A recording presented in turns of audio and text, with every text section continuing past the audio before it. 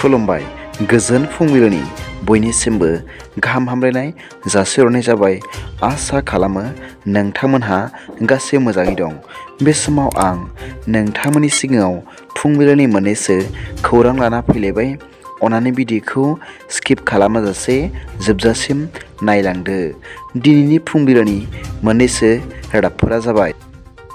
गिबि रादाबाव दं मैया बुधबारखालि 24 नं मसलपुर ब्लक UPPL दोलोनि सेथि बोसोरसालिया जथुम्मायाव बाहागो लानानै BTRनि EM आरो मसलपुर बियाबनि EM मानाव गेदेर राकेश ब्रह्मआ खौरांगिरिफोरनि सिगाङाव फोरमायदों दि थांनाय BPF सरकारनि 17 बोसोरनि गोलाव सम खुंथायनि समाव गोबां लाइमोन सेंग्रा सिख्लाफ्रानो खेला गेलेनायनिफ्राय जोबोद गोजानाव दंमोन आरो मोसानाय, मेथाइ खननाय, फिल्म बानायनायफोरनिफ्रायबो जानगाराव दंमोन। बेनिखायनो गोबां लाइमोनफ्रानो गाज्रि गोसोनि जालांबायमोन आरो हाथियारनि खेलासो जायगा लाबायमोन।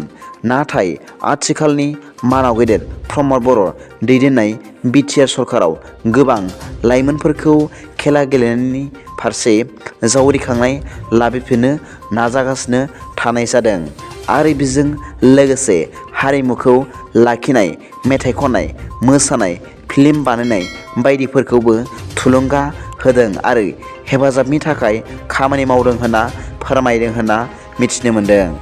लोगोसे बिथाङा फोरमायबावदों दि BTR सरकारनि दैदेननायाव BTRनि 40था बियाबावनो गोजोन आरो जौगाखांनाय फैबाय। बिथाङा बुंबावदों दि BTRआव रायजोनि जौगाखांनायनि थाखाय सौफैनाय रांफोरखौ गरसेबो जाखुमायाजासे BTR ओनसोलनि जौगाखांनाय खामानि मावनायखाय गासिबो रायजोफोरा BTR सरकारखौ मोजां मोनदों होनना फोरमायदों।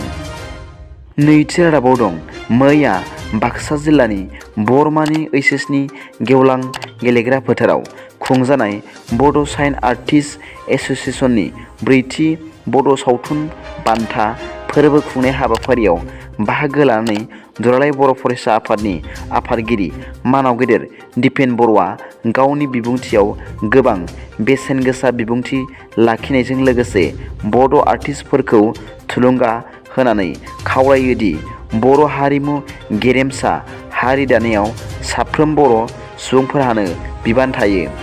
बर'नि हारिमुखौ गेबेङै आरो साबना हामनायै दिन्थिनायानो बर' सावथुन दिहुनगिरिफोरनि थांखि जानांगौ होननानै फोरमायदों आरो खावलायदों। थामथि रादाबाव दं मैया बुधबारखालि गुवाहाटीआव भटार पार्टी इन्टारनेशनेल सुंद'यै VPIआ बिसायख'थिनि समाव EVM मेसिन बाहायनायखौ बन्द' खालामनांगौ होननानै गोख्रों सोमावसारदों। VPIनि दैदेनगिरिया खौरांगिरिफोरनि सिगाङाव फोरमायदों दि गावसोर गुवाहाटीआव EVM मेसिनखौ ब्रह्मपुत्र दैयाव गारहरनो बेयाव सोमावसारदों आरो EVM मेसिनखौ सावनो थाखाय सोमावसारदों होनना फोरमायदों। बिथां दैदेनगिरिया फोरमायबावदों दि गावसोर मानाव गेदेर हिमन्त बिश्व शर्मानि खोथा मानिग्रा नङा। बिथाङा जिरायनो थिनब्ला जिरायग्रा आरो गसंनो थिनब्ला गसंग्रा नङा होनना फोरमायदों। खौरांगिरिया जेब्ला सोङो EVM मेसिनखौ मा गोरोन्थि नुदों होनना अब्ला बिथां दैदेनगिरिया फिन्नाय होना बुंदों दि आथिखालनि जुगा बिगियाननि जुग, बेयाव जेखौबो खालामनो हायो। EVM मेसिनखौ अरिजिनेल आरो डुप्लिकेटबो बानायनो हायो होनना दैदेनगिरिया फोरमायबावदों होनना मिथिनो मोननाय जादों। ब्रैथि रादाबाव दं 264था हानि फोरमानलाइ राननानै होदों। BTRनि हाग्रा बिफाननि EM मानाव गेदेर रन्जित बसुमतारिया BPFनि सायाव बेरफ्रुसार बाथ्रा बुंदों। 17 बोसोराव BPFनि हिरुन दैमारि, देरहासार बसुमतारि, प्रमिला रानि ब्रह्म बिथांमोनहा 10,000 हेक्टर हाग्रा ओनसोलखौ सिफायनानै गावसोरनि साहा बागानल' बानायालासे हा गैजायै सुबुंफोरनो हा राननानै होयोमोनब्ला दिनै BTRआव हा गैजायै सुबुं थानाय नंलामोन। नाथाय जोंनि प्रमद बर' दैदेननाय BTR सरकारा 2 बोसोरावनो 6,000 नखरफोरनो हानि फोरमान बिलाइ राननानै होबाय। थिग मैयाबो हलथुगाव डिभिजननि सिङाव गोजाम सामसिंखेला गामियाव 264 हानि फोरमान बिलाइ राननानै होयो होनना बिथाङा गावनि फेसबुक पेजनि गेजेरजों फोरमायदों। बे हाबाफारियाव बाहागो लादोंमोन MLA लरेन्स इस्लारिजों लोगोसे गोबां ओनसोलनि दैदेनगिरि, सरखारि मावख'गिरि बिथांमोनहाबो नुजाथिदोंमोन होनना फोरमायदों। बिथाङा बुंबावदों दि रायजोनि हाबा मावनो UPPLआ सरखार दादों, रायजोनि मुलाम्फानिनो हाबा मावलांबाय थागोन होनना बिथां EMआ गावनि फेसबुक पेजनि गेजेरजों फोरमायनानै होदों। बट्रादाबआव दं। मैया दिल्लीनिफ्राय शिबसागराव गावनि फंबायनि न'आव बेरायनो फैनाय समावनो शिबसागराव 20503 नम्बरनि राजधानी एक्सप्रेस ट्रेनजों सौग्रावनानै जिउ गोमाजानो गोनां जादों होनना मिथिनो मोननाय जादों। मिथिनो मोननाय बादिब्ला जिउ गोमाजानाय सुबुंनि मुङा रहित सिं, 30 बोसोर बैसोनि आरो न'आ बिहारावमोन होनना मिथिनो मोननाय जादों। बट्रादाबआव दं।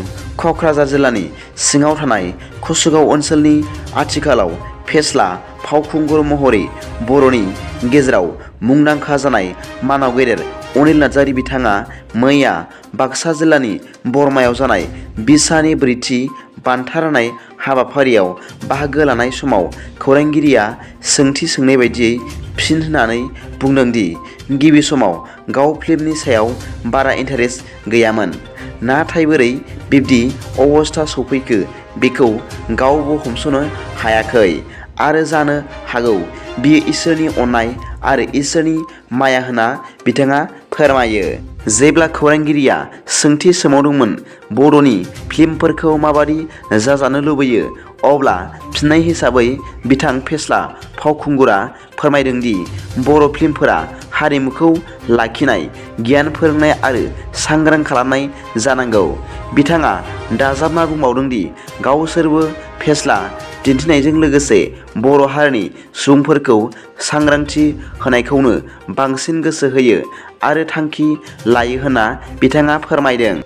दिनैनि फुंबिलिनि मोननैसो रादाबफोरा दा बेखिनिल'मोन। भिडिअखौ मोजां मोनदोंब्ला अन्नानै लाइक आरो साबस्क्राइब खालामनो दाबाव आरो बेल आइकनआवबो थुनानै ला, जाहाथे आं गोदान निउस आपडेट लानानै फैयोब्ला नोंथांनियाव सिगांग्रो नटिफिकेसन सौहैयो।